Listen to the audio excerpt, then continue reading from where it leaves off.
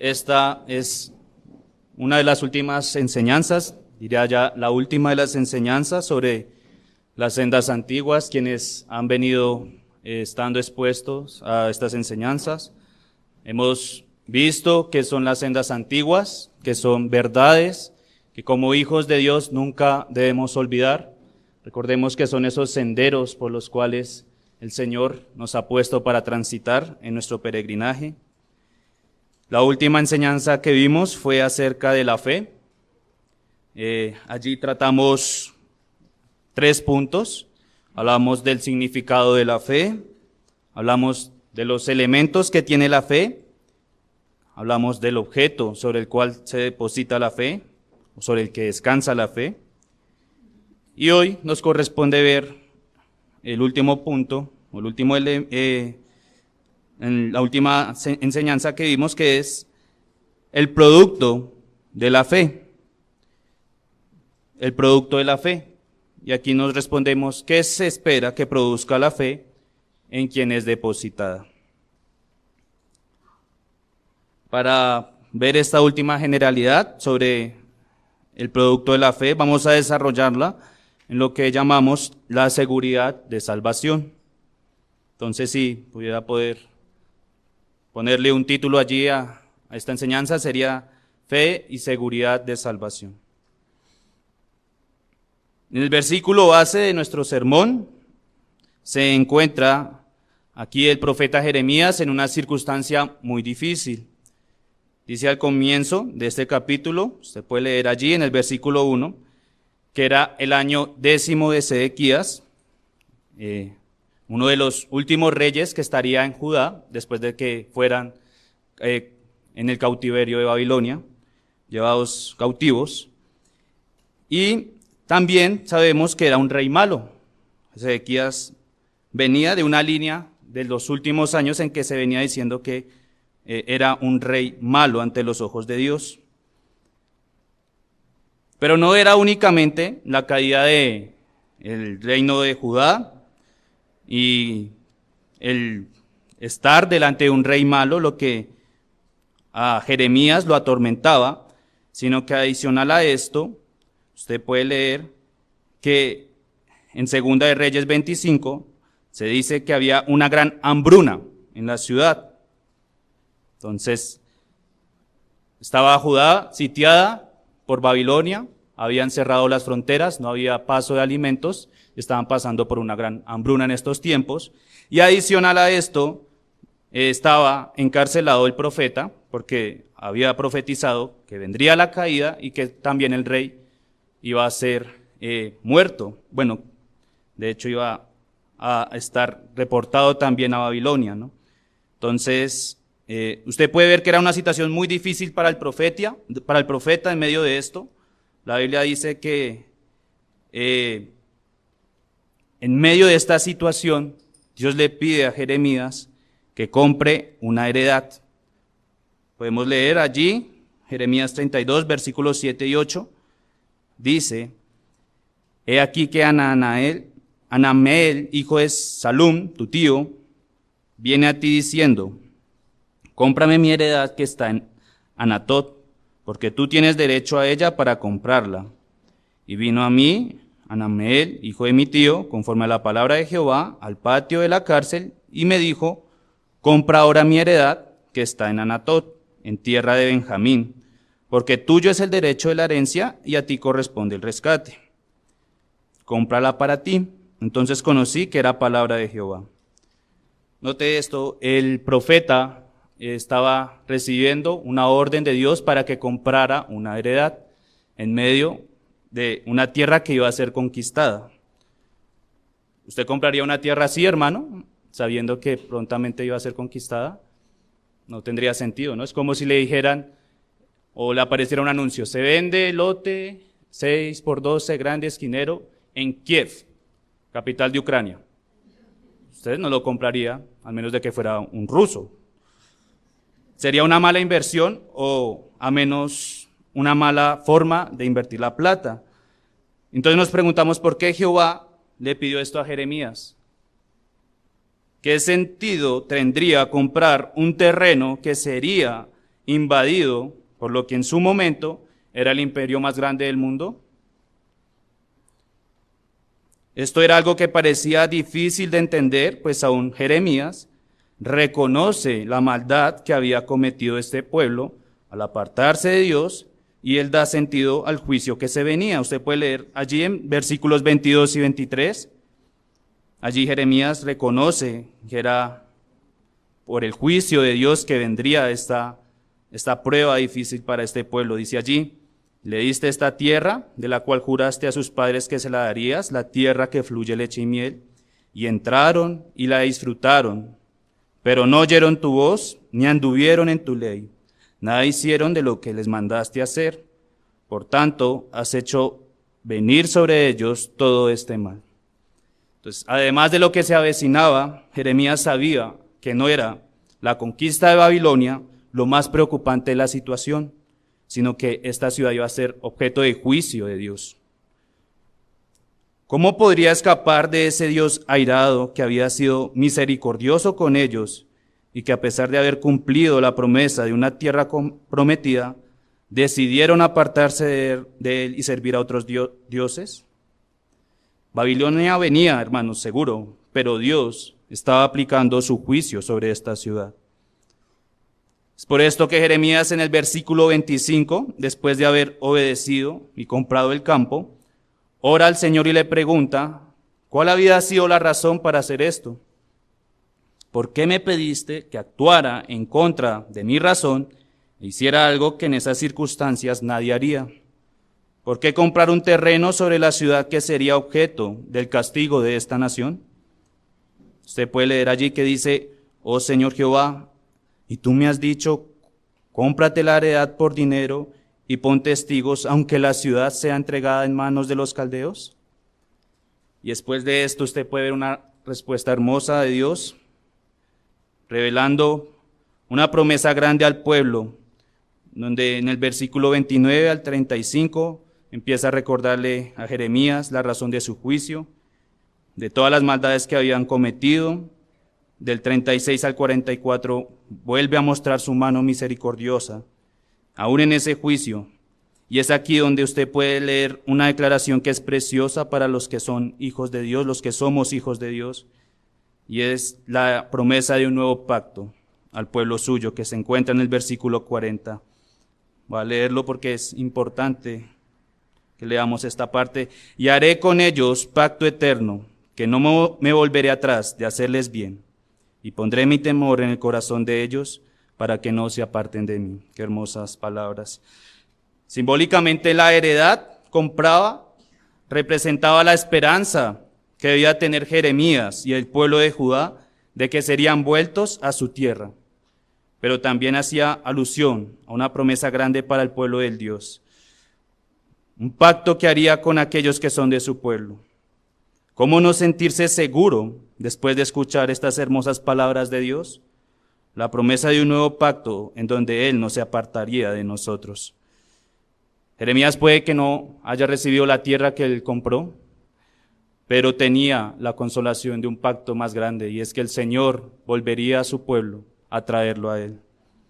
Una fe grande de Jeremías que fue afirmada al conocer con más certeza cuál era el propósito de Dios para su pueblo, y que seguro volvería a traer la seguridad de salvación. Cuando vemos promesas como estas de Dios, nos alegramos mucho, pues realmente nos consideramos afortunados de poder tener tanta misericordia sin merecerlo. Pero existe un peligro grande hoy en día, y es creerse merecedor de esta promesa cuando quizás ni siquiera es para ti. El producto de la fe es seguridad de salvación, porque si has creído en sus palabras y en el objeto de la salvación que es Cristo con todo tu ser, la promesa de que Dios no se apartará de ti es para ti. Pero si lo que hay en ti es una falsa fe, no puedes decir que esta promesa es para ti, por lo que no puedes tener seguridad de salvación. Con esto no quiero decir que puedes tener un conocimiento absoluto de que serás salvo. Nadie sabe quién es salvo, solo Dios. Pero sí es posible tener una seguridad de que estás en los caminos del pacto de gracia.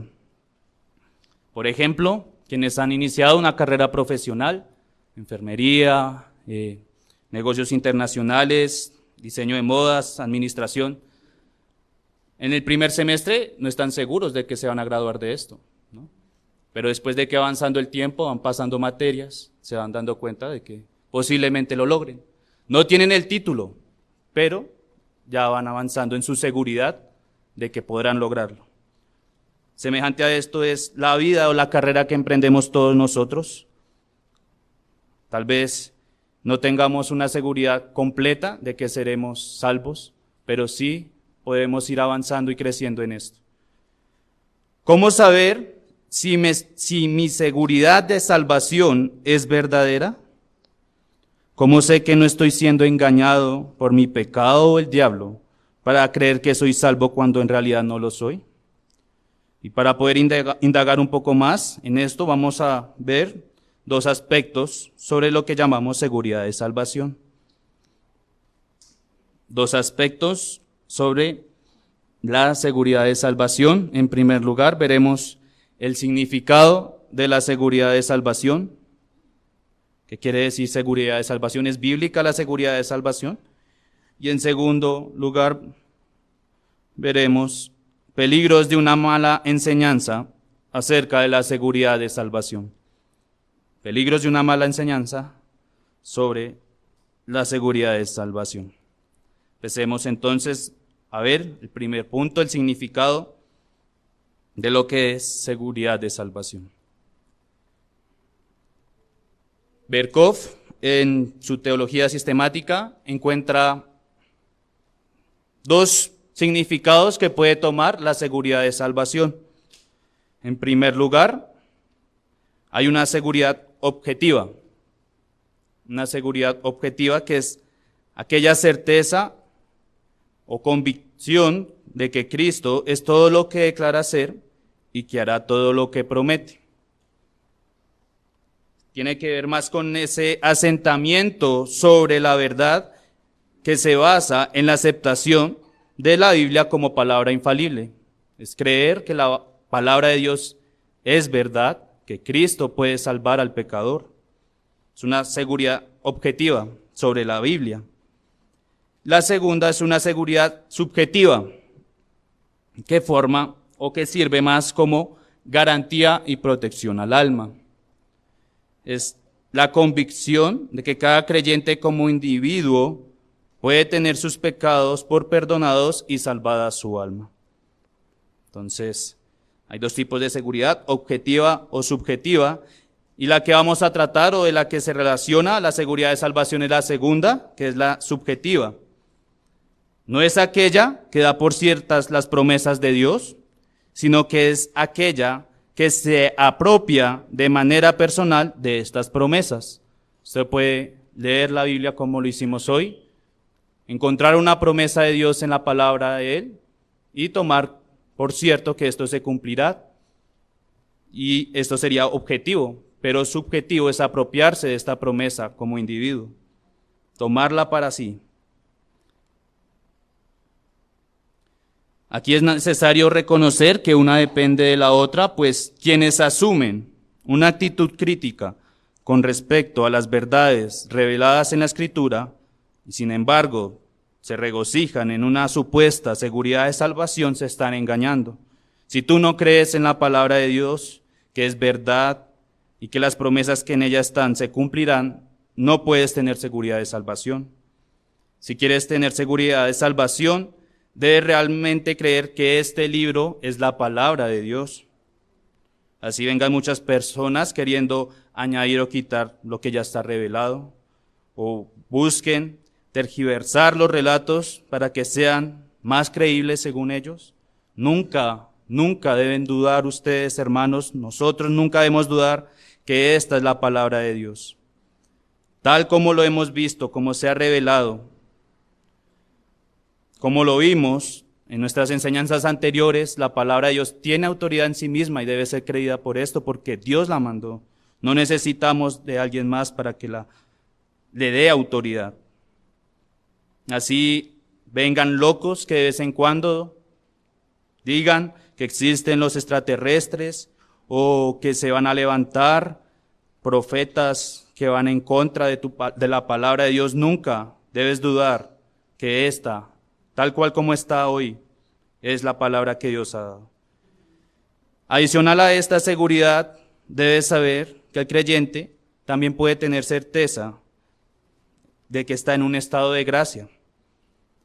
Algunas iglesias hablan de seguridad de salvación y piensan que esto es descabellado. Dicen, ¿cómo puede ser posible que una persona diga estar segura de su salvación? Nos tildan como categóricos o orgullosos. De hecho, usted puede ver que la Iglesia Católica Romana cree que los creyentes no pueden estar seguros de su salvación a menos de que hayan tenido una revelación especial. Entonces aquí es donde nos preguntamos, ¿es bíblico hablar de seguridad de salvación? ¿Puede el creyente decir que se encuentra en un estado de gracia y tener así una medida de seguridad de salvación? Por lo que veremos en la Biblia algunos versículos sobre esta verdad para ratificarla. Veamos Romanos capítulo 8, versículos 15 al 16, que habla sobre cómo el Espíritu da testimonio a los que son hijos de Dios. Romanos 8, versículos 15 al 16 dice, pues no habéis recibido el espíritu de esclavitud para estar otra vez en temor, sino que habéis recibido el espíritu de adopción, por el cual clamamos Abba Padre. El Espíritu mismo da testimonio a nuestro espíritu de que somos hijos de Dios. Entonces, usted puede notar aquí cómo se nos dice que el Espíritu Santo de Dios da testimonio a sus hijos, a nuestro espíritu, diciéndonos que somos hijos de Dios. Ya veremos más adelante cómo lo hace el Espíritu en nuestra vida. Primera de Juan, capítulo 3, versículo 14. Vemos cómo allí Juan hace una afirmación tremenda sobre el estado de muerto y vivo. Dice, nosotros sabemos que hemos pasado de muerte a vida en que amamos a los hermanos. El que no ama a su hermano permanece en muerte. Entonces, usted puede saber que ha pasado de muerte a vida si ama a su hermano. Esto es un fruto, claramente no es lo único, pero podemos conocer, hermanos, que hemos pasado de muerte a vida. No es algo oculto a nosotros. Primera de Juan, capítulo 5, versículo 13.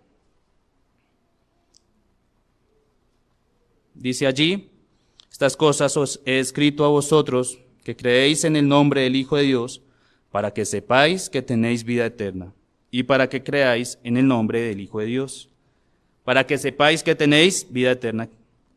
Quiere decir Juan que estos hombres, al creer en Cristo, ¿podían saber que ya tenían la vida eterna? Pues al parecer sí. Entonces encontramos por la palabra de Dios, hermanos, que es posible para quien es creyente tener una seguridad de salvación. De hecho, usted puede leer también en 2 de Pedro 1:10 cómo se nos llama a hacer firme esta convicción. Dice allí 2 de Pedro 1:10, por lo cual, hermanos, tanto más procurad hacer firme vuestra vocación y elección, porque haciendo estas cosas no caeréis jamás. Nos anima a hacer firme nuestra vocación y elección para no caer jamás. Sabemos entonces que tener seguridad de salvación es bíblico. Sin embargo, hay que decir que entre los círculos reformados hay un debate si la seguridad de salvación hace parte de la esencia de la fe o si es un fruto de la fe. Entonces hay preguntas como esta: ¿el que cree verdaderamente en Jesucristo para salvación siempre tiene una medida de seguridad? ¿O es un fruto de la fe esta seguridad? Es decir, en el momento en que usted creyó en Jesucristo, ¿inmediatamente se dio la seguridad de salvación o esta fue adquirida por el tiempo? Entonces es un debate muy complicado de entender. Sin embargo, voy a apoyarme en la confesión de fe, nuestra confesión de fe de 1689. Pueden leer allí o en la confesión en el capítulo 18, párrafo 3, acerca de este tema dice: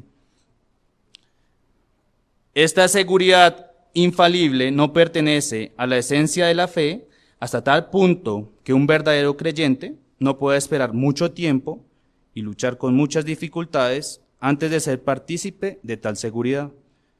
Sin embargo, siendo capacitado por el Espíritu para conocer las cosas que le son dadas gratuitamente por Dios, puede alcanzarla sin una revelación extraordinaria, aquí apelando a lo que creen los católicos romanos, sino por el uso adecuado de los medios, y por eso es el deber de cada uno ser diligente para hacer firme su llamamiento y elección. Con esto vemos cómo no todos alcanzan una seguridad en el momento en que verdaderamente creen en Cristo, lo cual implica que si bien algunos inmediatamente después de que confiesan y reciben la fe pueden tener seguridad de salvación, otros no la tendrán inmediatamente, sino que se afirmarán mucho tiempo después. De hecho, creo que es lo que muchos hermanos les pasó acá. Tal vez en un momento fueron llevados a hacer una oración de fe, a llorar, a reconocer sus pecados, tal vez no de forma consciente de todas las verdades que implicaba esto, solamente una parte de conocimiento. Y poco a poco estos hermanos se fueron convenciendo cada vez más de que eran salvos. ¿Por qué? Porque la palabra de Dios les afirmaba más en ese conocimiento. Tal vez la seguridad de salvación no se dio, sino hasta ese tiempo en que comprendieron con más entendimiento la obra de salvación, cómo estaba revelada. Entonces, puede ser algo que progrese, que no sea en el primer momento. Tal vez usted en este momento hasta ahora está teniendo fe, todavía no está seguro de que es salvo, pero más adelante el Señor lo va a ir trayendo a sus caminos y afirmándole con su palabra. Se puede dar, o también está el hecho de que creyó en Cristo, se apartó del mal, mortificó sus pecados y tiene una seguridad de que el Señor le ha dado de que no caerá jamás, a pesar de que siga pecando, ¿no? Algo seguro sobre la seguridad de salvación es que es variable. Seguro, David, ustedes pueden recordar su historia, dudó acerca de su salvación después de haber cometido el pecado con Betsabé. El hombre había sido elegido para ser el rey. Yo creo que él tenía una seguridad tremenda de salvación en ese momento, pero después cayó en pecado. Y usted puede leer en Salmo 51, versículo 12, cómo después de haber cometido ese pecado, su salvación, su seguridad de salvación se había menguado. Dice allí, Salmo 51, 12, vuélveme el gozo de tu salvación y espíritu noble me sustente. David anhelaba volver a tener ese gozo de su salvación que había perdido a causa de su pecado.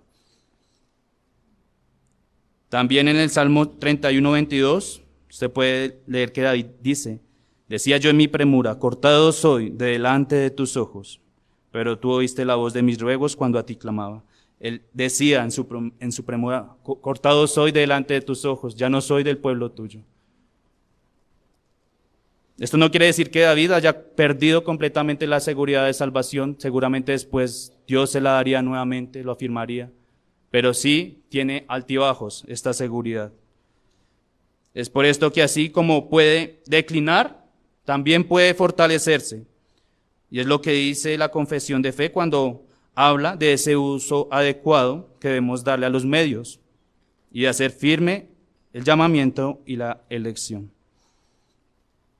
De este primer aspecto sobre la definición y lo que involucra la seguridad de salvación, quiero animar a mis hermanos creyentes a recordar que es bíblico tener una seguridad de salvación, que no nos dejemos llevar por las acusaciones que hay frente a esta verdad, sino por lo contrario, apreciémosla y no nos avergoncemos de creer en esto, pues es don de Dios, como dice Romanos 5:5. Y la esperanza no avergüenza, porque el amor de Dios ha sido derramado en nuestros corazones por el Espíritu Santo que nos fue dado.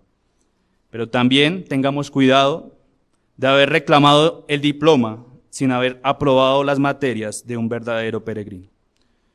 Puede tomar la ruta fácil de hacer trampa y al final darte cuenta que no perteneces al pueblo de Dios, tomar las herramientas que Dios nos ha dado para capacitarnos cada vez más a ser un verdadero hijo de Dios. Tengamos esto presente, hermanos. Y segundo aspecto que veremos es peligros de una mala enseñanza sobre la seguridad de salvación. Peligros de una mala enseñanza de la seguridad de salvación. Aquí vamos a verlo sobre diferentes personas. Entonces, el primero de ellos está sobre quienes creen tener seguridad de salvación y no son salvos. Un peligro está en quienes creen tener seguridad de salvación y no son salvos. Primera de Juan, capítulo 2, versículo 19, texto muy conocido. Salieron de nosotros, pero no eran de nosotros, porque si hubiesen sido de nosotros, habrían permanecido con nosotros, pero salieron para que se manifestase que no todos son de nosotros. Sin duda, este es uno de los más aterradores peligros que se pueden tener hoy en día en las iglesias. Usted puede ver cómo Juan, al comienzo de este capítulo 2, anima a los creyentes a no pecar y también les recuerda que a pesar de el pecado que cometan, quienes son hijos de Dios tendrán un abogado con el Padre. Dice allí, hijitos míos, estas cosas os escribo para que no pequéis. Y si alguno hubiere pecado, abogado tenemos para con el Padre, a Jesucristo el justo. Y para cualquiera que lea esto es una alegría inmensa, ¿no cree? ¿Quién no querría de abogado a Cristo para que sea justificado ante el Padre? Sin embargo, más adelante vemos que no es para todos esto de tener este gran abogado, porque el versículo 6 dice, el que dice que permanece en él debe andar como él anduvo. Es triste ver cómo en muchas iglesias hoy en día se predica el evangelio con la presunción de que todos los que están allí son salvos. Cuando escuchas sus enseñanzas, su enfoque es aplicar las promesas que se han dado a los salvos a gente que no es salva, que no es creyente. Leen versículos como, el Señor es mi pastor y nada me faltará, cuando realmente estas personas no tienen al Señor como su pastor. Y se ven envueltas en esta falsa creencia de que son salvos estas personas. Con esto es muy obvio saber por qué se llenan estas iglesias. ¿Quién no querría estar en este lugar? Donde el primer momento en que usted llega le dicen que es seguro que va a ser salvo con una oración. Que tal vez si ora un tiempo va a poder afirmar su fe y ya el Señor le perdonará. Y tal vez nos encontramos como en tiempos de Sodoma y Gomorra, en donde ni aún 10 justos se encontraron entre estos. Pero lamentable, hermanos, también es ver cómo en iglesias, incluso reformadas, hombres que caminaron con nosotros, que confesaron seguir a Cristo, aún haciendo pública su profesión de fe, hoy andan en el mundo entregados a sus placeres carnales. Una falsa seguridad, pues si hubieran sido de Dios, permanecerían en Él y andarían como Él anduvo. En nuestro texto base vemos cómo la promesa de que Dios no se apartaría de nosotros viene seguido de una obra en nuestro corazón. Dice allí en el versículo 40, y haré con ellos pacto eterno, que no volverá atrás de hacerles bien, y pondré mi temor en el corazón de ellos, para que no se aparten de mí. Pondré mi temor en el corazón de ellos. ¿Cómo puede ser posible, hermanos, que una persona con el temor de Dios viva como el diablo?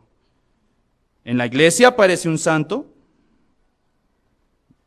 parece que va todos los días a culto, incluso sirve, pero durante la semana anda en cosas mundanas, hablando cosas del mundo, frío en sus devociones, si es que hace devocionales, entregado a placeres y diversiones ilícitas, en vicios como borracheras, actuando inmoralmente, deshonrando su hogar, en general viviendo una vida de pecado. ¿Usted cree, hermano, que una persona así tiene el temor de Dios? Con esto no quiero decir que el que es verdaderamente creyente no va a caer, de hecho todos pecamos a diario, pero sí es necesario ver que en su caminar haya un progreso, que anda como Cristo anduvo. Si en vez de verlo más piadoso, mortificando sus pecados, lo ves retrocediendo cada vez más, ausente de los medios de gracia, con deseo de estar más en el mundo que con Dios, me temo que tendríamos que dudar de su salvación. Haga un examen a su vida, hermano. Párela verticalmente y analice desde el momento en que usted se confesó como creyente. En esos picos de variación, ¿puede haber un progreso o una declinación? Conteste esa pregunta, ¿soy salvo? Y es que la seguridad de salvación se afirma más porque hay frutos, como leímos, por ejemplo, en 1 de Juan capítulo 3, 14, donde dice que aquellos que aman a sus hermanos están vivos. Pero si amas más la compañía del mundo, la compinchería con personas impías que solo hablan de sus pecados, y los prefieres sobre tus hermanos, llegando tal vez a sentir a tus hermanos como personas aburridas, casi que menospreciándolos, dice la Biblia, que permaneces en muerte. ¿Por qué sería mejor para ti estar con un impío que con un creyente, sino por el hecho de que eres como ellos? Estás muerto.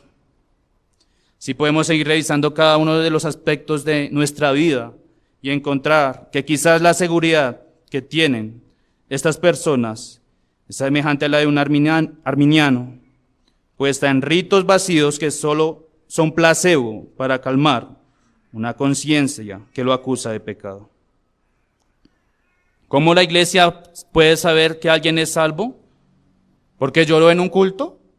¿Porque repitió una oración? No, sino porque lo vemos progresar, perseverar, porque es visible los frutos del Espíritu Santo en esta persona. El segundo peligro que puede tener una mala interpretación está sobre quienes han decidido no asegurar su salvación. Quienes han decidido no asegurar su salvación. Hechos 26, 28 dice: entonces Agripa le dijo a Pablo, por poco me persuades a ser cristiano. Y esto es tremendo, hermanos. Muchos tal vez acá están con esta postura. Por poco me persuade de ser cristiano. Muchos oyentes pueden tener verdades como estas, como la que escuchó el rey Agripa, y para ellos no les es suficiente el evangelio. Lamentablemente, consecuencia del anterior riesgo, ven cómo la reputación de lo que es la seguridad de salvación se ve afectada por muchos que se decían ser cristianos. Entonces, estas personas piensan, ¿no? Se decía cristiano y mire, ya anda en pecado, mire. Y por eso no quieren hacer firme su convicción, porque piensan que no es real la seguridad de salvación. Pero esta persona debe recordar que aún esto dice la Biblia, como acabamos de leer. Habrán personas que profesen ser cristianos y realmente nunca lo fueron. Mateo 24, 24 nos dice que habrán falsos maestros y engañarán a muchos, y si fuere posible a los escogidos. Así que no dejes que el mal testimonio de estas personas te hagan dudar sobre la eficacia de la obra de la salvación. Aquí quiero nombrar algunos aspectos sobre esta postura. Y es que si estas personas se mantienen en esta convicción de que la seguridad de salvación no es real porque las personas caen, estarían negando lo siguiente. Lo primero, está negando las promesas del Evangelio. Hebreos 6:16 habla de cuál es una de las bases que hace esta seguridad que sea infalible. Dice allí: porque los hombres ciertamente juran por uno mayor que ellos, y para ellos el fin de toda controversia es el juramento para confirmación. Por lo cual, queriendo Dios mostrar más abundantemente a los herederos de la promesa la inmutabilidad de su consejo, interpuso juramento para que por dos cosas inmutables, en las cuales es imposible que Dios mienta, tengan un fortísimo consuelo los que hemos acudido para asirnos de la esperanza puesta delante de nosotros. El hombre cae, hermano. Caemos muchas veces, somos capaces de mentir, pero Dios jamás. Sus promesas e inmutabilidad, su juramento, son en Él sí y en Él amén. Si Él ha obrado en una persona la obra de regeneración, esta persona no caerá completamente de su estado de gracia. Puedes que los veas fallar de vez en cuando, con pecados tal vez horribles, pero si son hijos, herederos de esta promesa, tenga por seguro que serán levantados y restaurados. Así que esto no es una justificación para aquella persona que ha tomado una postura de no seguir a Cristo porque ve a los demás caer. Entonces debe ver cómo la Escritura recalca que aún en medio de estas pruebas los va a levantar. Lo segundo que estaría negando esta persona sería las marcas de la gracia. Segunda de Pedro, capítulo 1, versículos 4 al 11. Vemos cómo realmente es posible evidenciar que una persona está siguiendo a Cristo. Porque si estas cosas están con vosotros y abundan, no os dejarán estar ociosos ni sin fruto en cuanto al conocimiento de nuestro Señor Jesucristo. Pero el que no tiene estas cosas tiene la vista muy corta, es ciego, habiendo olvidado la purificación de sus antiguos pecados. Esta persona que dice no estar completamente persuadido de que exista algo como la perseverancia de los santos, no puede negar que a pesar de los pecados que pueda haber en cierta persona, de alguna manera se puede evidenciar ciertos frutos en creyentes verdaderos. Puedes ver como ejemplos como con personas que antes andaban en sus deseos y emociones y hoy tienen dominio propio. Puedes ver cómo personas son capaces de someter la palabra de Dios, sus emociones, y tener todo bajo control con la palabra de Dios. Usted puede ver cómo personas hoy en día no se afanan por las cosas de este mundo, sino que son pacientes y tienen confianza en que todo lo que pasa obra para bien. Entonces es verdadero, usted puede evidenciar esto y es real. Seguramente, como lo dije al comienzo, habrán quienes caigan y cometan pecados, pero también habrán personas que perseveren y usted puede evidenciar estos frutos. Tercero es el testimonio del Espíritu. Estaría negando el testimonio del Espíritu, que como leímos en Romanos 8, 15, 16, hay un testimonio que nos dice que somos hijos de Dios. No hemos recibido un espíritu de esclavitud, sino de adopción. El negar que pueda haber algo como un creyente es negar que el Espíritu Santo está obrando hoy en día en las iglesias. Por lo cual, si vemos a alguien que antes se rendía al mundo y hoy clama Abba Padre, no debemos juzgarlo por sus pecados pasados, sino reconocer que ese espíritu de adopción ha llamado a otra persona más al pueblo de Dios. Tal vez la duda de estas personas que hoy no han querido hacer oficial su profesión de fe está porque se ve a sí mismo tan pecadora que no cree poder cumplir con lo mínimo requerido para seguir a Cristo. Y le da miedo convertirse en esos hipócritas cristianos que se la pasan hablando de Dios y pecan. Pues déjeme decirle que ninguno de nosotros cumplimos con la medida suficiente para ser aceptados delante de Dios. Los que nos hemos confesado objetos de gracia, no lo hemos hecho porque pensamos que ya estamos listos para no pecar, sino por lo contrario, dado que somos tan pecadores e incapaces, vemos que la única esperanza que hay para nuestra vida es Cristo, y por eso nos aferramos a esa promesa. Sí, sabemos que caeremos y pecaremos, pero también sabemos que tenemos promesas como la de 1 Corintios 10:13, que no nos ha sobrevivido ninguna tentación que no sea humana, pero fiel es Dios, que no nos dejará ser tentados más de lo que podamos resistir, sino que dará también juntamente con la tentación la salida para que podamos soportarla. ¿Cómo se sentiría usted si en un momento, en una ocasión, se encontrara un pergamino muy valioso, pero para usted a simple vista es normal? Tal vez decide venderlo por 60,000 pesos y después aparece en las noticias que resultó ser el pergamino del mapa para encontrar la ciudad del Dorado. Y al hombre que se lo vendió se volvió rico, millonario. Y así pasa con ese amigo que hoy escucha la palabra de Dios, tiene al frente suyo un pergamino precioso, hermoso, y no quiere escuchar, no quiere indagar más de él, sino que lo menosprecia. Su condición al escuchar todos los domingos riquezas tan inigualables como estas, y no valorarlas lo harán que se pierda de una promesa hermosa que le hará riquezas mucho más grandes que las que hay en este mundo. No sea como Agripa, que menospreció el Evangelio, sino aprécielo como ese mapa que puede darle la seguridad de salvación a su vida. Tiene dos caminos, amigo: arrepentirse o entregarse al mundo. Tal vez piense que en el mundo encontrará felicidad, pero pregúntele al drogadicto si es feliz. Pregúntele a la prostituta si hoy ve placer en vender su cuerpo. ¿No es una vida vacía, sin sentido, llena de desesperanza? Puede que en este momento le suene muy descabellado invertir en algo que todavía no es visible para usted. ¿Cómo es posible que alguien pecador como yo pueda tener salvación o volverme a Dios? Pero el profeta Jeremías puso la fe en esto, en lo que Dios había prometido, en que si confesaba sus pecados y se apartaba, alcanzaría misericordia. Y por último, hay un riesgo en quienes utilizan la seguridad de salvación para consentir sus pecados. Utilizar la seguridad de salvación para consentir sus pecados. Primera de Reyes 11:3.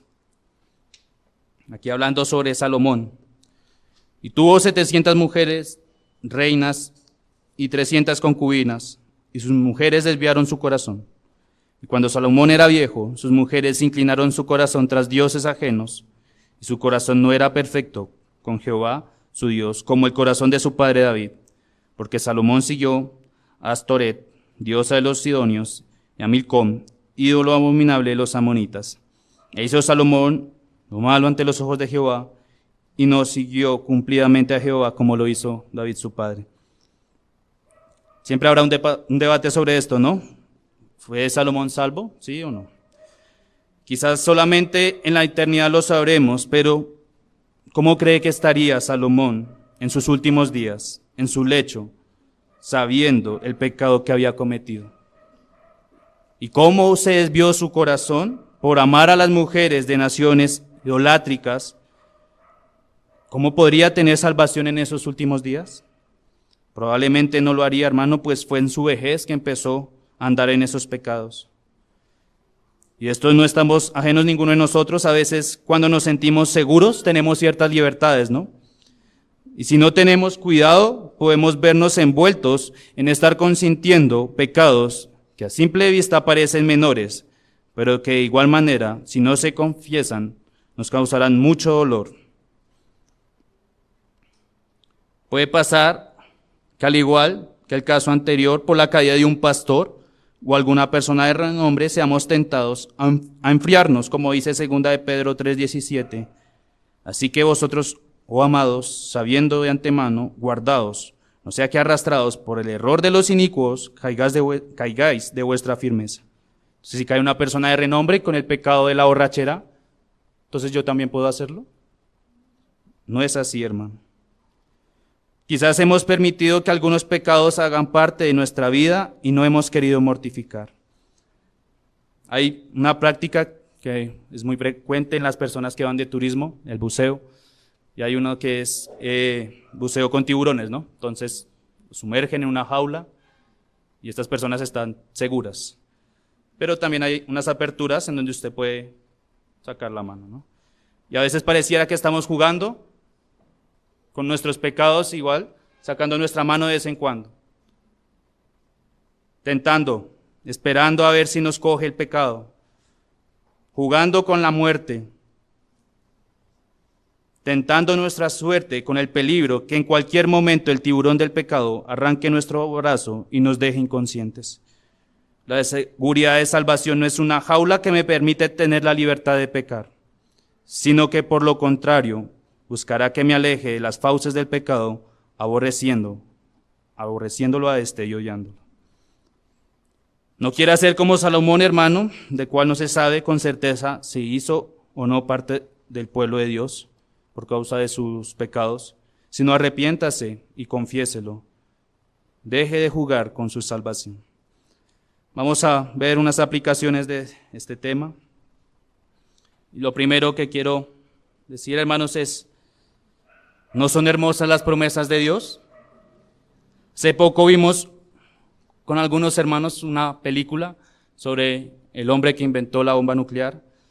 Y a este hombre le preguntaron en un momento cuál era la probabilidad de que con esta bomba explotara todo el mundo. Y él decía, es casi nula o cercana a cero.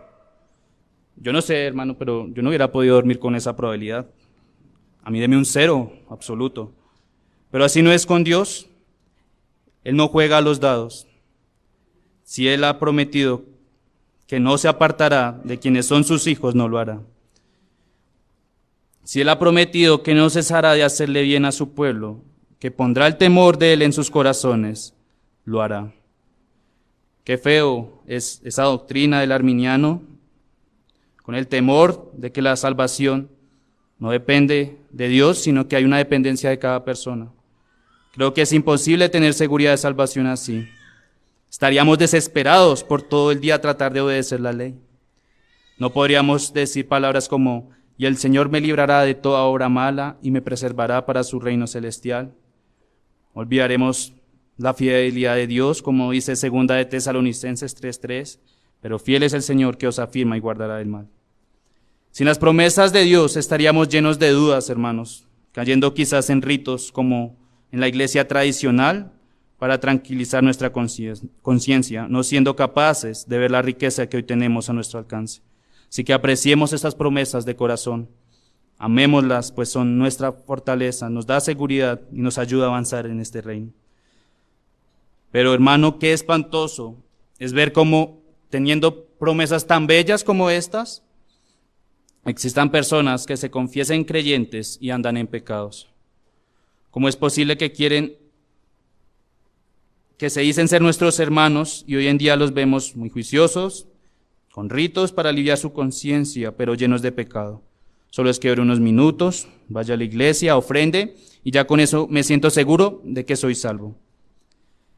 Es lo mismo que hacen los católicos romanos. Y aquí les aplicaría lo que dice Romanos 5:2. Tú que juzgas, pues en lo que juzgas a otro, te condenas a ti mismo, porque tú que juzgas haces lo mismo en ritos, hermanos, cayendo en ritos. ¿Crees que la mejor forma de asegurar tu salvación es haciendo obras aquí, obras allá? Pero nada de verdadero arrepentimiento, nada de mortificación de pecados, nada de crecimiento de una vida de piedad. No te engañes, querido amigo, si te has profesado creyente, pero no hay temor de Dios en tu corazón para seguir y sigue revolcándote en el pecado, no eres heredero de estas promesas. Debes arrepentirte de corazón realmente, pedir a Dios que te ayude a aborrecer tus pecados y buscar amarlo más a Él. Pero también, ¿cómo es posible que tengamos tantos oyentes acá que por poco se persuaden de ser cristianos? La incredulidad hacia la palabra de Dios, la duda de que se te puedan limpiar todos tus pecados, la desconfianza que produce los falsos maestros, no serán un argumento válido en el día del juicio. ¿Qué hace que hoy en día usted no haga pública su profesión de fe? ¿Es el miedo de confesarse cristiano, pero al final perderse? Pues creo que no ha escuchado acerca de la doctrina de la perseverancia de los santos. Si su vacilar de buscar a Cristo de forma consciente y real está porque duda que vaya a ser constante y se convierta en un hipócrita, pecador, amigo, está dudando del poder de Dios para restaurar un alma. Porque pecamos y estamos seguros que aunque el diablo busque arrebatarnos de la mano de Dios, Él no nos soltará. Así que le animo a hacer firme su profesión y no dejar que las dudas casi lo persuadan de ser un cristiano. No crea que los que hemos confesado ser creyentes no tenemos pecado. Acá todos batallamos con nuestros pecados. La diferencia está en que nos aferramos a la promesa que Dios ha dado para ayudarnos en esta lucha. Así que venga arrepentido a Cristo teniendo fe en que Él te limpiará de tu mal. No de forma inmediata tal vez, pero sí que empezarás a progresar y amar su obra y aborrecer tu pecado. Por último, hermano, que has creído en Cristo, ¿has caído en un pecado y a causa de esto te has enfriado? Recuerda que la seguridad de salvación no reposa en ti, sino en Cristo. Deja de consentir ese pecado, de sacar tu mano al mar de tiburones y arrepiéntete. Recuerda que grandes hombres de la fe pecaron. Noé se embriagó. Abraham mintió, afirmando que Sara era su hermana. Lot desobedeció el mandato de Dios y se instaló en Sodoma. Jacob engañó a su padre Isaac. Moisés habló imprudentemente. David cometió adulterio. Los apóstoles abandonaron a Jesús en el huerto. Pablo y Bernabé tuvieron desacuerdo entre sí. Todos estos varones pecaron, pero fueron restaurados. Con esto no quiero animarle a pecar sabiendo que Dios rescata, sino animar a aquel hermano que la vergüenza del pecado hoy en día lo ha enfriado y hacerle recordar que si se arrepiente y afirma su fe en el Señor, la gracia de Él no se apartará. Habrán seguramente consecuencias de sus pecados, eso es seguro, pero su esperanza se fortalecerá. Deja de vacilar en las olas de la fe, porque, hermanos, ¿qué es mejor? ¿Tener un hermano que progresa o uno que está vacilante? Que progresa. Es bueno ver cómo hermanos son realmente ejemplares en esto, cómo los ves cada vez más firmes en el Señor, creciendo en santidad. Pero qué desespero es ver cuando una persona no tiene esa seguridad, sino que cae en pecados, sale a flote, pero otra vez peca, y así en ese sub y baja constante, sin ese gozo de la salvación. Aseguremos nuestra fe, hermanos, mortificando nuestros pecados, y oremos para que podamos hacer firme nuestra vocación y elección, porque haciendo estas cosas no caeremos jamás. Oremos, hermanos.